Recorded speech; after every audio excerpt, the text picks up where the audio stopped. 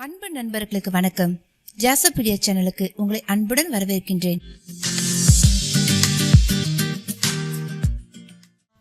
இன்னைக்கு நம்ம கேட்க போற கதை அனுமன் காவியத்தோட 16வது அத்தியாயத்தை தான் கேட்க போறோம். கதைக்குள்ள போகிறதுக்கு முன்னாடி என்னுடைய சேனலை நீங்க இதுவரை சப்ஸ்கிரைப் பண்ணலன்னா சப்ஸ்கிரைப் பண்ணிடுங்க. அப்படியே மறக்காம பக்கத்துல இருக்க அந்த பெல் ஐக்கானையும் பிரஸ் பண்ணுங்க. அப்பதான் நான் சொல்ற கதைகள் எல்லாம் உங்கள் காதுகளுக்கு வந்து சேரும்.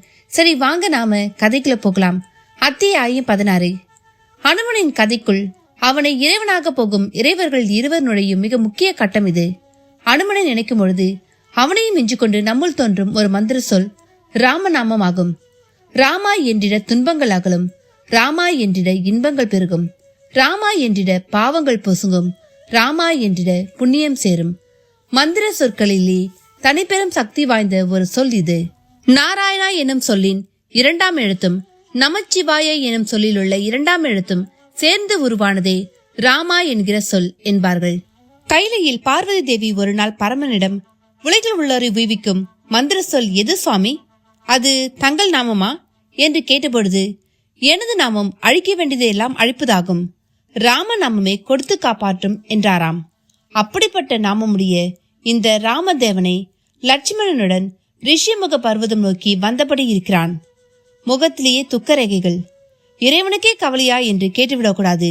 மானுட அவதாரத்தில் மானுடத்திற்கே உரிய மாயை அவனையும் விடவில்லை என்பதே உண்மை. அயோத்தியை பிரிந்து 13 வருடங்கள் வனவாசியாகி வாழ்ந்தாகிவிட்டது. இறுதியாக இருப்பது ஒரே ஒரு ஆண்டு. ஆனால் அந்த ஒரு ஆண்டு ஒரு யுகம் போல் ராமனுக்கு அமைந்துவிட்டது. காரணம், சூர்பனகை ராமன் மேல் கொண்ட மோகம். அதனால் அவளது மூக்கை லட்சுமணன் அறுத்து பாடம் கற்பிக்கிறான்.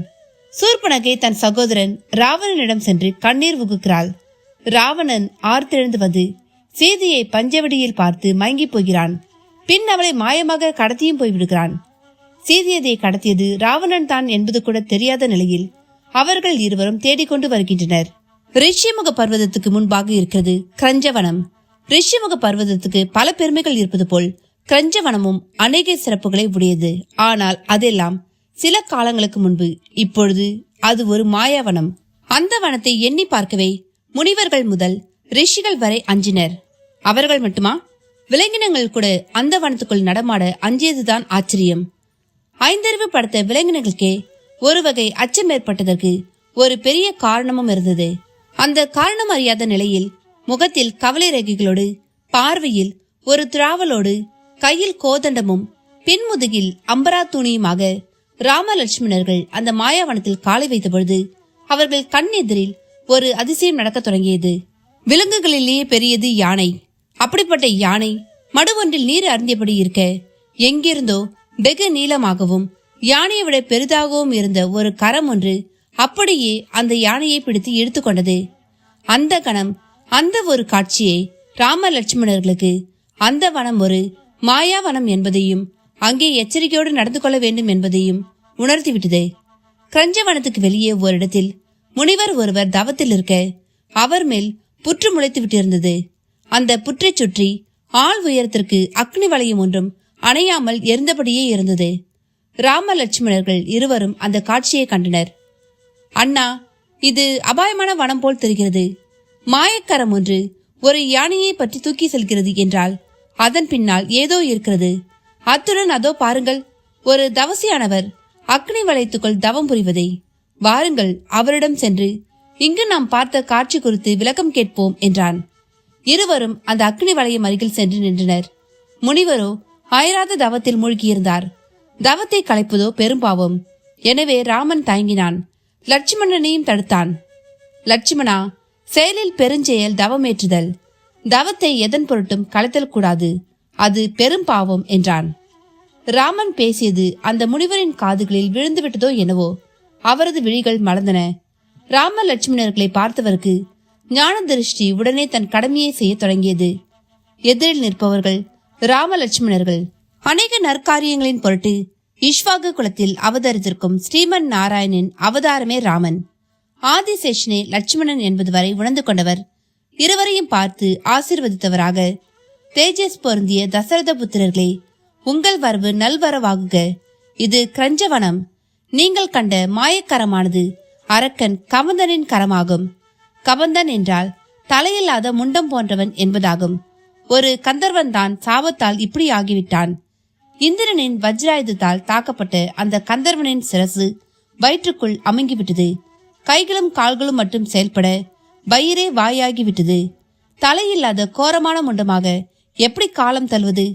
கந்தர்வனை தண்டித்த இந்திரனே அவனுக்கு உணவு கிடைக்க தோதாக கவந்தனின் கைகள் எவ்வளவு நீளமாக வேண்டுமானாலும் வளர கடவுது என்கிற வரத்தையும் அளித்தான். அப்படி பெற்ற வரத்தின் பலத்தால் தான் கவந்தனும் தான் படுத்து கிடக்கும் இடத்தில் இருந்தபடியே கைகளை நீட்டி மிருகங்களை பிடித்து விழுங்கி தனது பசியை மாற்றிக்கொள்கிறான். அவனது கையில் நான் அகப்பட்டு விடக்கூடாது என்றே என்னை சுற்றி நெருப்பு வலியும் எரிந்தபடி உள்ளது. அவன் கைகளை எங்கள் யாராலும் வெட்ட முடியவில்லை.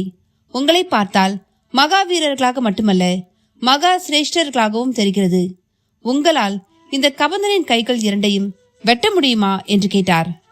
ராமன் அதன் பொருட்டு அவருக்கு வார்த்தைகளை தேடவில்லை. மாறாக, தயாரா லட்சுமணா என்கிற மாதிரி லட்சுமணனை பார்த்தார். லட்சுமணன் சீற்றத்துக்கு பேர் போனவன். எனவே நொடி கூட தாமதிக்கவில்லை. வாளை வெளியே எடுத்து சோற்றவே தொடங்கிவிட்டான். இருவரும் முனிவரை வணங்கிவிட்டு கபந்தன் கிடக்கும் இடம் நோக்கி நடக்க தொடங்கினர். ஆனாலும் கபந்தனின் கைகள் இரண்டும் அவ்வளவு சுலபத்தில் வசப்படவில்லை. மாறாக அவர்கள் இருவருமே பிடித்து விழுங்க பார்த்தன. அந்த கைகள் தாண்டி குதித்தும் வில்லால் அடித்தும் அந்த இரண்டு கரங்களையும் செயலிழக்க செய்துவிட்டு இறுதியாக இரண்டு கரங்களையும் வெட்டிய பிறகே கபந்தனின் போராட்டத்திற்கு ஒரு முடிவு வந்தது. வயிறும் வாயுமாக உள்ள அவன் கைகள் வெட்டப்பட்ட நிலையில் மிகுந்த வலியுடன் அலற ஆரம்பித்தான். சப்தம் கேட்டு நெருங்கி வந்து பார்த்த ராம லட்சுமணர்களுக்கு பெரிதும் வியப்பாக இருந்தது. காரணம் கபந்தனின் மாயத்தோற்றம். நடுநடுவே வலியை பொறுக்க முடியாத அலறல். இதற்கு நடுவிலும் ராம லட்சுமணர்களை பார்த்துவிட்ட கபந்தன், யோககுமாரர்களே வணங்குகிறேன். ஒரு சாபத்தால் இப்படி ஆகிவிட்ட என்னை பற்றி முனிவர் புரான் விளக்கமாக எடுத்து சொல்லியிருப்பார் என்று நம்புகிறேன். அருள் கூர்ந்து எனது உடலை சிதையிலிடுங்கள். நீங்கள் அப்படி செய்தாலே எனக்கு சாப விமோசனம் என்றான். ராம லட்சுமணர்கள் இருவரும் ஒரு வினாடி கூட தாமதிக்காமல் கபந்தனின் உயிர் துடிக்கும் கோர உடம்பின் மேல் கட்டைகளை அடுக்கி அதற்கு தீயிடவும் செய்தனர். கபந்தன் உடம்பு பற்றி எரிய ஆரம்பித்தது. அடுத்த சில நொடிகளிலேயே கபந்தனுக்கு அவனது உண்மையான தேகம் கிடைத்து சிதை நெருப்புக்கு மேலேயே ராம லட்சுமணர்களுக்கு காட்சி தந்தவன், யோககுமாரர்களே உங்களுக்கு நான் எப்படி நன்றி சொல்வேன்? என் சாபத்திலிருந்து எனக்கு விமோசனம் அளித்த உங்களுக்கு நான் ஏதாவது செய்தே தீர வேண்டும். என்ன வேண்டும் என்று கேளுங்கள் என்றான். ராமபிரான் எதுவும் வேண்டாம் என்பது போல் புன்னகை பூத்தான். லட்சுமணனோ, நீ நாங்கள் எதை கேட்டாலும் தந்துவிடக் கூடியவனா என்ன என்று திருப்பி கேட்டான். அது நீங்கள் கேட்பதை பொறுத்தது என்றான் கவந்தனும். இருப்பினும் வாய் பேசாத அமர்கையான ராமனின் மேல் ஒரு இனம் காணாத அன்பானது பெருக ஆரம்பித்தது. லட்சுமணன் விடவில்லை. சீதையை தொலைத்துவிட்ட சம்பவத்தை கூறி அண்ணியை நான் கண்டறிந்தே தீர வேண்டும். அதற்கு வழிகாட்ட முடியுமா என்று கேட்டபொழுது அந்த கந்தர்வனின் முகத்தில் ஒரு அலாதி புன்னகை. அயோத்தி இளவல்களே, நான் அறிய வானில் ஒரு விமானம் மூலம் அரக்கன் ஒருவன் தென்புறமாக ஒரு பெண்ணை கவர்ந்து செல்வதை பார்த்தேன். அந்த மாதர்சிதான் ஸ்ரீராமனாகிய தங்களின் பத்தினியார் என்பது இப்பொழுதுதான் புரிகிறது. நீங்கள் நேராக ரிஷிமுக பர்வதத்துக்கு செல்லுங்கள். அங்கே சுக்ரீவன் என்னும் வானர அரசனும் கிட்டத்தட்ட உங்களை ஒத்த நிலையில்தான் இருக்கிறான். அந்த சுக்ரீவனுக்கு அனுமன் என்று ஒரு மந்திரி.